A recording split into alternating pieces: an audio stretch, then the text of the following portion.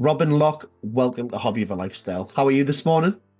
I'm very well, thank you. Thanks for having me. Oh no, thank you very much for coming on. So, Robyn, we are now colleagues, We are. and I'd heard about a little rumor that you used to play some elite sport, and I thought, oh, let's find out about. And the journey just got more amazing. But what elite sport did you used to play, just for listeners? So I played rugby. I played rugby for Wales. So I've got 6 caps Wow. for Wales, 5 as back row, 1 as hooker, which is just a whole different playing field. But yeah, Yeah, rugby very started good. when I was 19. So you only started when you were 19. Wow. Yeah, So, yeah. well, okay, well, that's kind of as a child, as all podcasts do. I feel like I say that on every podcast as well, but we do. We go back to as a child, what were you kind of, where did you grow up and what were you into? I always so my first sport was netball. Okay. And I dabbled a little bit with majorettes, which is like a marching band, but that's not a sport. But I'm just saying, like, I'm multi-talented. All No, right. Okay. but I always grew up watching. So my dad played rugby, my stepdad played rugby, my mum played rugby. My mum played rugby for England A, actually. Dad had like a very decorated career in the army, playing for the army rugby team. Right. And dad also got to like England Colts. So like I've always been in like rugby's been a part of like my, I was always on the pitch on Yeah. the Yeah. sideline as a child, like watching my mum play, my dad play. I remember once saying to my mum, apparently when I was like 7, I went, I get it now. So girls play rugby and boys play football. And she was like, it was one of the best things you ever said. It is. But That is brilliant. I then just like growing up in school, kind of like always was a big fan of rugby and was like, I love what I watched my brother play loads. Like my brother played for Hartbury, and Wotton Bassett, but I there wasn't really the opportunity Yeah. for me as a young girl. So then when I got to school, I kind of like swayed towards netball just because there was way more opportunity. So probably got my first taste of like competitiveness and like, oh, I like winning. I want to be the best I can be in netball. Okay. And then when I went to uni, I was like, right, I've done my bit of netball. I want to try something new. And kind of like stumbled into rugby, really. Tried rowing, but rowing, they were like, oh, we get up at 5 and we meet down the dock. I was like, no, thank you. I tried hockey. I was really, really shit at hockey. Because I was like, they were like, you can't, like, it's not a golf club. I was like, right, sorry. But Yeah. like looking down and like trying to figure out, plus like people who go to uni who play hockey have played hockey forever. So I was like, Yeah. I'm not being the shit person in the team. And then I was like, do you know what? I'll like go along to the rugby like taster session. And I just didn't look back. I suppose that's one of the good things about university, isn't it? It opens your eyes up to sports that maybe Yeah. weren't accessible when you were a child. Yeah. Like you're exposed to like 52 different sports. Yeah. So like in school, it's very traditional, isn't it? Like, yes, I tried a bit of hockey in PE, badminton, tennis, athletics, netball. But when you go to uni, then there's like, there's martial arts, there's like judo, there's a Yeah. weightlifting like as a sport. I was like, oh, I didn't realize that you could do Yeah. it as a sport. Rowing, like there's all ultimate frisbee, there's all these things. So I think I uni's love great for that the because game if of you're ultimate somebody frisbee. who's like wants to dip their toe in other sports or like find your identity Yeah. in a different sport, you can feel pretty amazing playing sport at uni. One of those things when you talk about those different sports there, you think, I'm not really going to make it at elite level if I'm going to university and I'm dipping my toe in different sports. It's more of a social thing? Yeah. I mean, I don't know what the statistics are on that, but it'd be interesting to see how many people go from picking up a sport in university to elite level. I think in the women's, probably less so now because I think the profile of elite women's sport is higher, Yeah. with, professionalism of women's football and women's rugby. Yeah. You probably get more young girls growing up aspiring to do it the same way as what's the chances of you starting football as a lad at uni Yeah. Yeah. and then being picked up and going into academy and playing for Yeah. like Manchester United, Yeah. highly unlikely now because it's a career option. Yeah, of So I course. think it will get less. But I guess, yeah, when I was so when there was myself, Natalia, John, Who else got picked up? Ruth Lewis, Cara Hope. There was like 5 of us that got picked up from the uni side. Wow. That's pretty impressive, Obviously, isn't like it? then went through like regional setup. Yeah, yeah. But yeah, so they were like, so Swansea University used to be quite a big recruitment pull for, and quite a few of those girls started at uni Right. Okay. just So, because of access to clubs as a young girl growing up is less. yeah, yeah. And so you've tried out rugby, obviously been in and around it all your life with your family. Yeah. Was it kind of an instant hook for you when you started playing that first game, Yeah, I doing think that first training session? I remember we had, so the training, I was like, yeah, this is fun, this is great. Ah, cool. Got to the first game. Mum and Dad came down to watch. I was cacking my pants. I was so nervous. And it was just like a uni league game. It wasn't like right, it's the final of like the league or it's a cup game or whatever. It was just like, this is the first game of the Yeah. season. Like, we'll see what you've got. And I remember, in netball, I used to always be like pulled up for contact. I was always like, oh, do you know what? If I could put a shoulder on you, you won't be so bloody cocky. And obviously it's a non-contact sport, but I really Yeah, well, that's enjoyed probably that. why we're called them. I enjoyed like the quick reactions that you need in netball, like the fast thinking, the forward planning, like the game plays that you had Yeah. coming to netball, all of the speed of it I loved. But then rugby, you had all of that, but you didn't stop moving until somebody got you to the floor. I was like, okay. Like, so then my like strength and power became like a bit of a USP. So I played in the centre my first game and I scored 3 tries. Wow. And like just typical like inside centre. I didn't really have the skill set to pass out to my outside centre. And I remember my captain saying to me, don't worry, it's your first game. Don't worry about passing the ball or flinging it, or as they say in rugby, shoveling shit. Don't shovel shit. Just keep hold of the ball Yeah, until you get to the floor and present it back. I was like, okay. She was I like, can do don't that. pass, do not pass. And I had like 3 like just bust breakaway tries up through the middle. I was like, oh my God, this is fun. Well, I'm good at this sport. I was like, so you get through them and then you just keep running and then you put the ball there, like, yeah, that was brilliant. So then that was me. I was hooked then, and obviously just spent the rest of my uni time like perfecting and like making sure that my game was a little bit more well-rounded as opposed to one-dimensional inside centre that doesn't pass and just trucks it up the middle, crash ball centre. Wow. And, you're perfecting these skills. I'm sure you've probably got a couple because you've been in and around the sport watching and you played netball and all that. I suppose passing the rugby ball is very different to passing the netball. Yeah. Very different.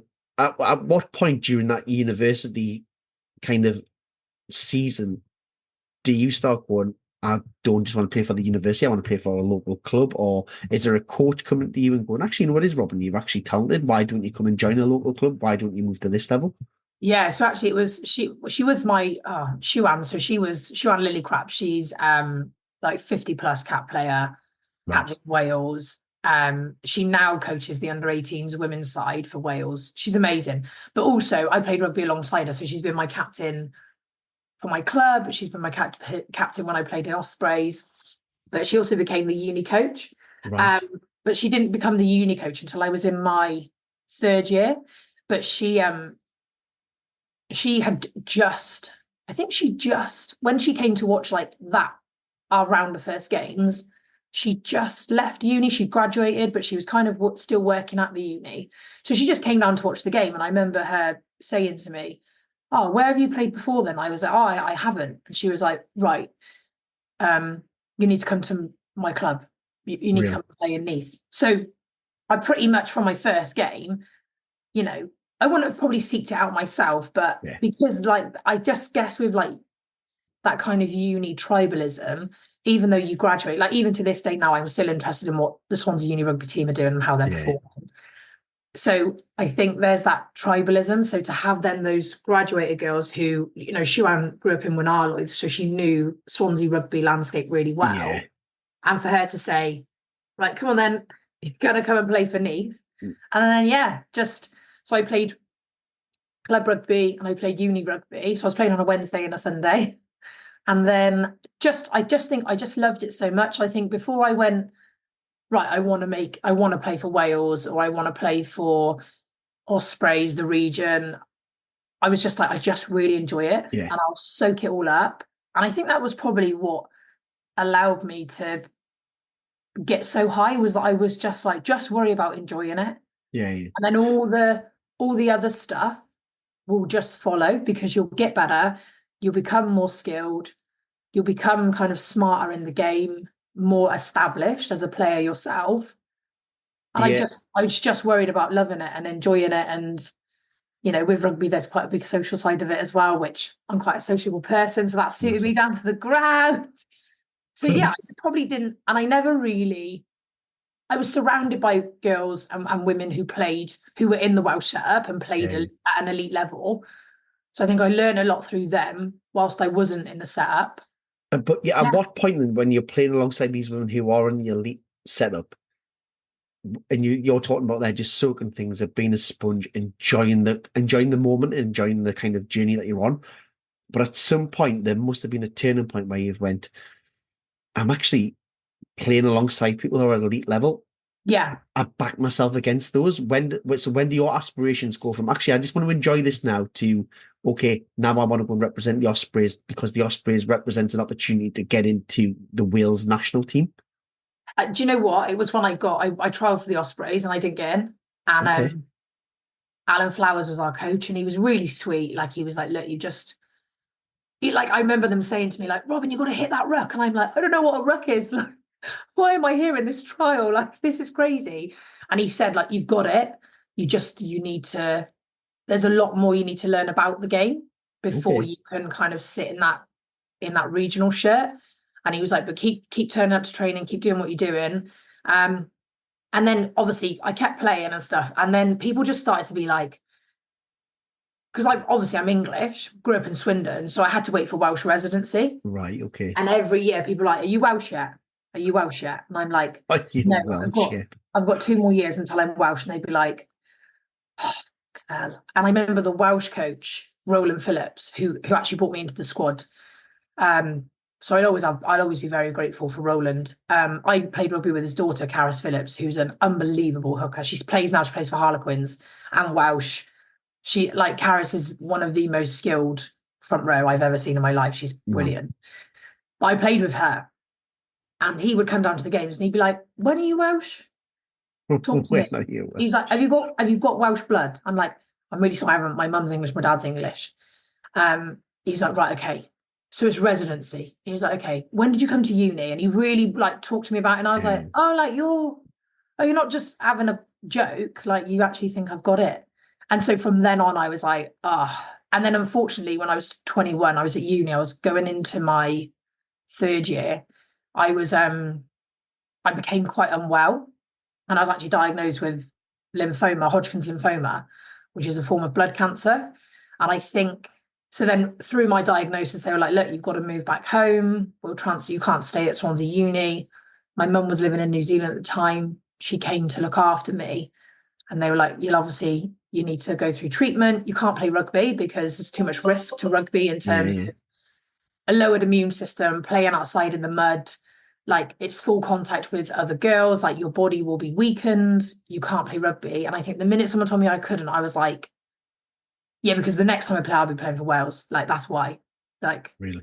don't pull it away from me. Yeah, So yeah. I think having it taken away from me, I realized then like, oh shit, I'm not done. And I actually do want to put on a Welsh shirt and like sing the national anthem and Did represent my that country. almost become a bit of a motivating point to beat cancer?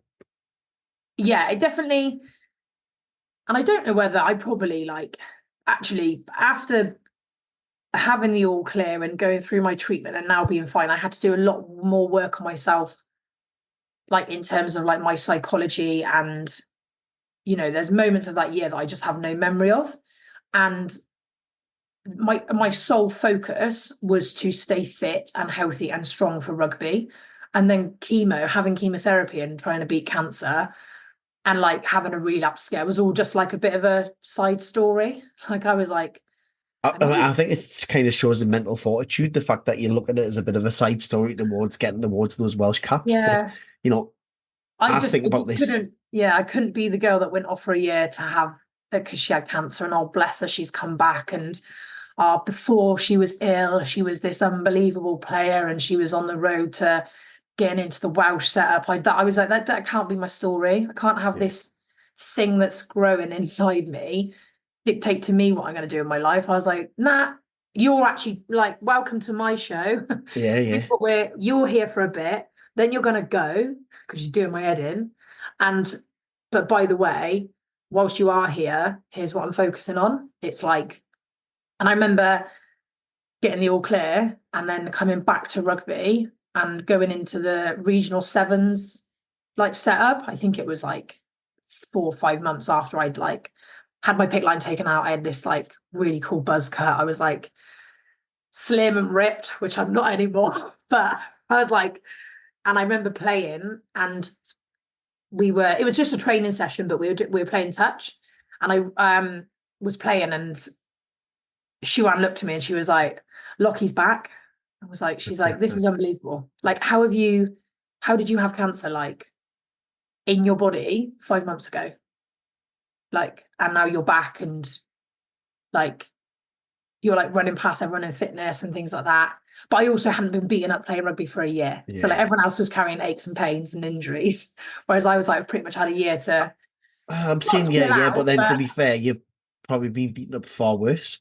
And I think it's, you talk about it so openly and almost not flippantly, but you so good at kind of going, well, that was just a stage in my life that I had something I had to deal with and I had to move on with it. And I remember when we were chatting, you said something to your mother that you didn't want to come back and be known as the girl who'd just had cancer and maybe it's been looked as weak and frail. You actually said, well, I want to come back and I want to go and push on with my rugby. And so you had that plan from day one almost, that you were going to kind of try and stay as fit as possible throughout that journey. And once you got the all clear, you were really going to push on again. But I think, if there's anyone listening, especially you look at young people as well, and I think as a father of 3 girls, to have kind of role models like yourself that are out there inspiring next generations and whatnot, there's a true story of resilience there. And it's very easy to go, I had cancer and then I got over that and now I played rugby again. But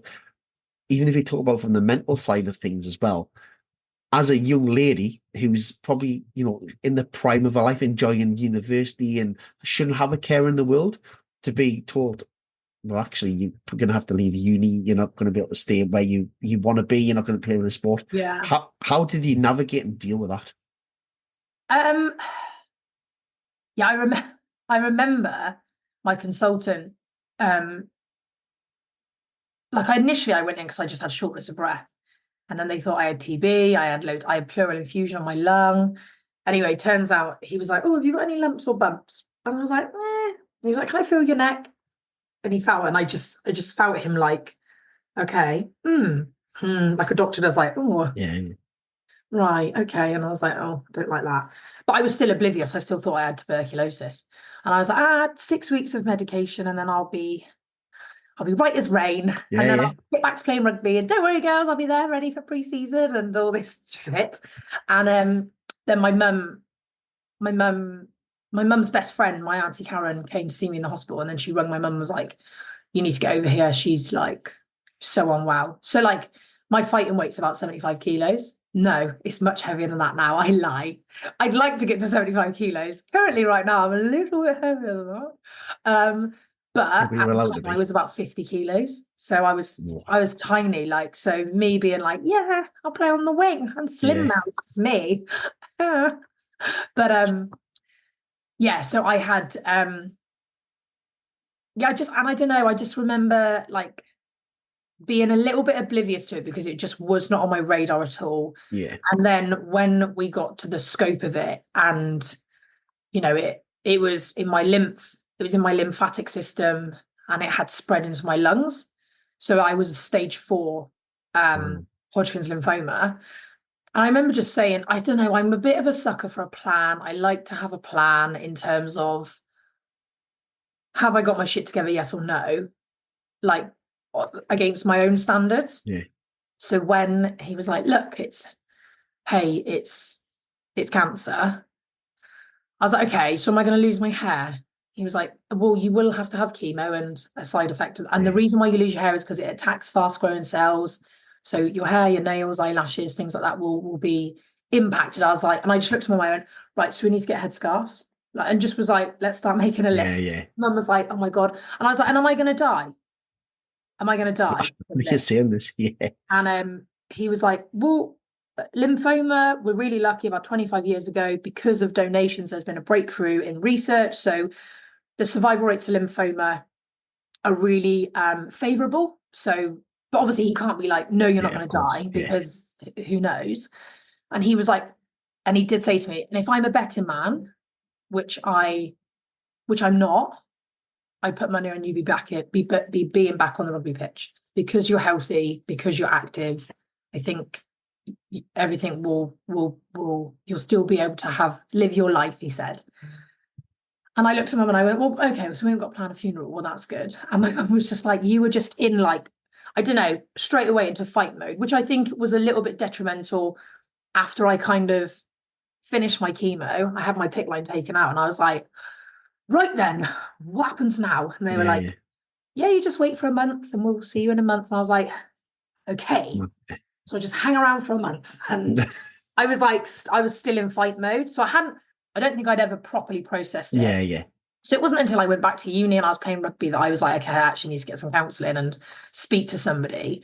But I think that mental toughness was great initially, because it allowed me to like armour up and crack on, and then be like, right, PMA, positive mental attitude, like, let's do some like good self-talk, let's like get G'd up for this. This is something that's going to happen, and here's our timeline, and then be done, and I can crack on with my life. Yeah. But I also really discovered like the power of like journaling, like whilst I was having treatment, and like processing the shit days, but also then going, right, you can have those days, but make sure that they are buddied up or married up with some good stuff.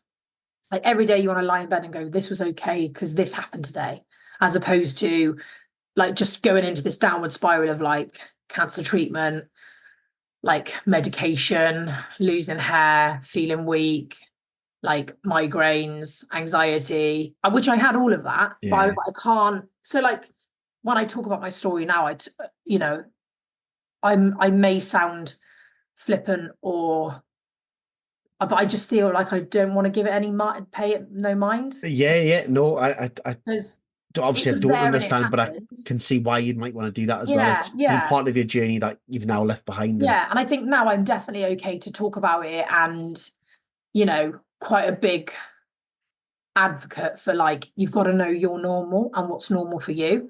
So for me to be breathless and tired and lethargic was not my normal. So anything that's like not your normal, you need, so like getting to know yourself and your body and what's normal for you, like you need to know where you sit on your spectrum. So then anytime it doesn't feel normal, that's when you need to seek medical advice. So like for me, I learned quite a lot about myself, but looking back, I guess it's quite easy for me to talk about the good, what good came of it, because it's part of my story. And if I then sit here and go, I'm a victim because I had cancer, like 1 in 2 people are going to have cancer. So you imagine half the population just sits in victim mode. It's going to be no good for like anybody, no good for the other half of the population, because 50% of the people they meet are going to be sat in victim mode and woe is me, because, and of course my story was actually one that was I was okay. Like I had chemotherapy. I was quite fortunate. I didn't need radiotherapy. I did have a relapse scare, but it was just a scare. I didn't need to go into like a second bout of treatment. So my story was okay. And I know that other people's story is pretty horrendous. And, my story is cancer, but somebody else's story could be battling with mental health and anxiety and depression. Someone else's story can be a long-term health condition. Someone else's story can be an awful upbringing where they've got indoctrinated with abuse. Like, so shit happens. And I think, I could sit here and be like, woe is me. I was 21 and I had cancer. Isn't that really sad? Feel sorry for me.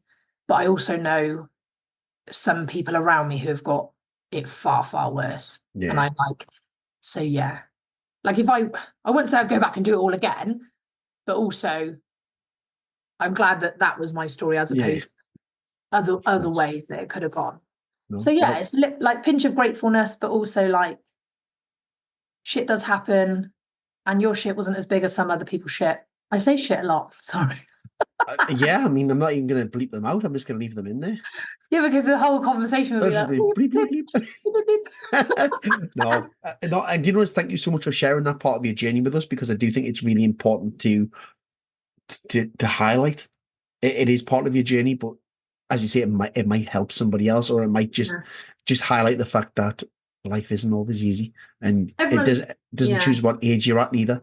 Yeah, and everyone's met with adversity. Like everybody has met in their own form, whether that is like, playing in sport, whether you are like on the back-to-back injuries, that means you don't play for a year, whether it's, health-related issues, which means you have to stop playing sport. Everyone's got their story. And I guess like from that I grew like a fascination of people, like the people that I met, like whether it was like an oncology nurse or a consultant, or when I was in the gym and I had like personal trainers training with me, or a fitness instructor, or like whoever it was. I'm just like, the way you present yourself in the world has an impact on every single person that you see or speak to or look at. Yeah.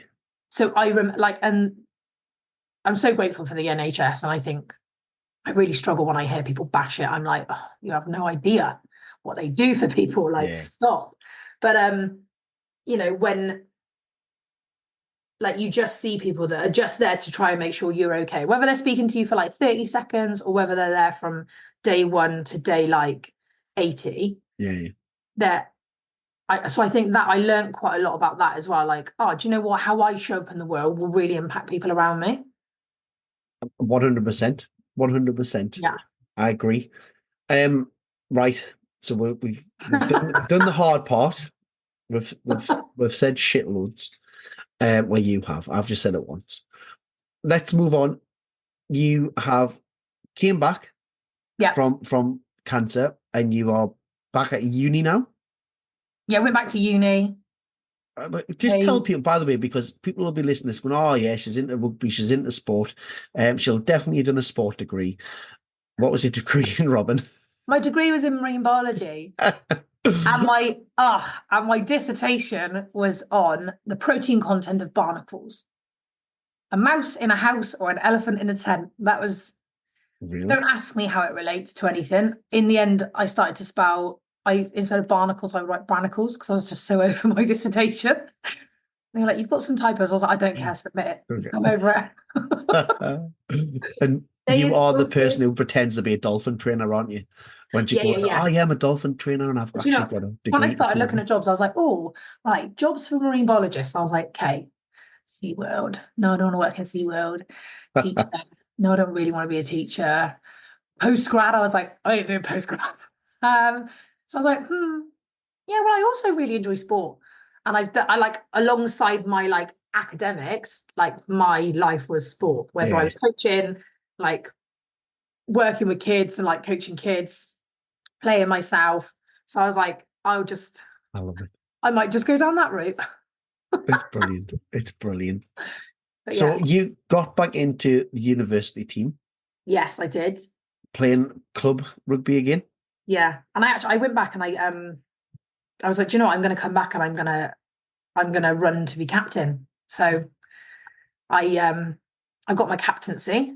I think there was a bit of a sympathy vote there, but I did turn out to be an all right captain, I think. But imagine that. They like that. But did you just take it anyway? Yeah, I'll take it. I'm not bothered. Excuse me, do you know what I've just been through? Yeah. Do you know what? I am that person. I came back and I put myself up for captaincy, and I was really lucky that the team like believed that I could do it and gave me the chance, and I loved it. So yeah, went back to uni rugby, went back to regional rugby. So went and played for the Ospreys in their regional rounds, and from there I got picked up. So I was diagnosed with cancer on the 14th, I lie, 2nd of November 2014. That's where the 14 comes into it. And I was called up into the Welsh squad on the 2nd of November 2019. Wow. Written in the stars. Yeah. And do you know what? I phoned my mum and I was like, "Oh my God, I've been announced in the Welsh squad." And she was like, "Rob, do you know what today is?" I was like, "It's the 2nd of November." She was like, "Yeah." I was like, "I know. What? Why? What's happened? Have I missed someone's birthday?" She was like, "No, it's your diagnosis date 5 years ago." I was like, "Oh my God." Wow. That kind of hit Yeah. home a little bit. Yeah, it did. And obviously I put it up as my Facebook status, and then our media manager, Liz at Welsh, jumped all over it. Yeah. I had no idea. Quick. So I was I had a bit of like a media. Well, the girls took the mick out of me. They were like, "Here she is. Ain't even got a cap, and look at her. Media's Media all circus. over her, like flies on shit." And But yeah, so I did get some shit for that. But that's so good though. When you get your first cap, how do you receive that? Is it a phone call? Is it a letter? Is it how do you receive that? so we were in our rounds of autumn internationals. So we were playing Scotland, Ireland, and who was the other one? Spain. Scotland, Ireland, Spain. But before that, we'd had some warm-up games, and I hadn't made the warm-up games. I can't remember what it was, but basically I was in the squad and I hadn't quite made the match day team for a while, which was fine because I wasn't expecting that. Like I was alongside some very seasoned back rows, and I was just like, I was there to soak up everything and like revel in being there and making it, and like going, "Oh my God, I'm wearing the free feathers on my chest." Even just on my training top, I was like, "This is amazing." But Ryan Jones was our performance director, and he was like at every training session. I have a lot of respect for Ryan Jones. He was there at every training session, like really embedded like his knowledge as being like Welsh captain and like a British Lions, like he like into the squad. Bearing in mind at the time, like none of us were paid professionals. We're all doing it like for free. But expected to behave and perform like professionals against other paid professionals like the England girls. So we'd had loads and loads of like, and I'd never quite made the like, like you're in a training session, they're like, "Right, these girls put on bibs," and you pretty much go, "Right, that's their match day squad that they're looking at. No worries." But I know that there's 16 to 23. My name needs to be there, because if I can get there, that's an opportunity for me to get onto the field and show them what I can do. So I was like, just worry about getting on the bench, which is as a starter where you imagine you will be, unless the girl that's in the starting shirt before you gets injured, or you come in and blow the water off of everyone. Like, likelihood is your first cap is going to be coming off the bench. So I was like, make sure that you are like the biggest asset to a bench they've ever seen. So I was really like pushing to make sure that I was there. I hadn't made the first, like, I can't remember who the first game was, hadn't quite made it. We had 5 games of autumn internationals. Right. They announced the squad for the first 2 games, and I wasn't on it. I was like, never mind. Like we set the girls, because when they go and play, they represent all of us. So we set the girls up, make sure they're all right. Then we came back into training like a couple of weeks later, and then they announced, like, here's our match day squad for Scotland, Ireland. Part of me thought, I can't remember who the other one was. But anyway, and my name was on the board, and I was like, holy shit, my name's on the board. So Scotland, I was the starting blindside flanker. Wow. And then for Ireland, I was on the bench, and I was like, holy shit balls, this is fucking great. And I had to just like, because I'd worked so hard for that moment, and we're just sat like in the team room on our chairs, our notepads out, waiting to have like a bit of a training talk. Right, here's the game plan, here's what we're covering in training, let's do a bit of analysis. Usually you announce the squads later on. Right. So Brian came in and was like, no, tell them who is in there. You've already got it. Don't make them second guess. Let's just give them longer to prepare, because if we tell them at the start of this camp, they've got the whole camp to prepare and the whole other camp to prepare, as opposed to work hard, work hard, work hard, learn multiple roles. Now we'll announce where you are. Yeah. Like that's like trying to learn like audition reels for like 4 different characters. Yeah, of course. And you've got this part where Yeah. like, and now showtime is tomorrow, and you go, okay, holy shit. I'm gonna try running, yeah. So actually he flipped it on its head and it was quite clever, but I was sat there. I can't remember who was sat next to me. I think it was Kelsey Jones and one of the other girls. And they just like grabbed my legs and were like, squeeze my legs. And I was like, keep it together. And everyone's like, right, good to train. Everyone's like, England tree, Cymru, way, let's go. And I then like just quickly ran behind a whiteboard in the team room to just go, I need a moment, because otherwise I'm going to like drop to the floor and cry. Did you cry? Yeah. Ryan Jones then came behind the whiteboard. Oh, I'm getting emotional. Oh, amazing. He came behind the whiteboard and he gave me a massive hug. And he was like, you did it, kid. Oh, wow. That's unreal. And it was so lovely. And I remember like just going like, oh my God, I did. Done it.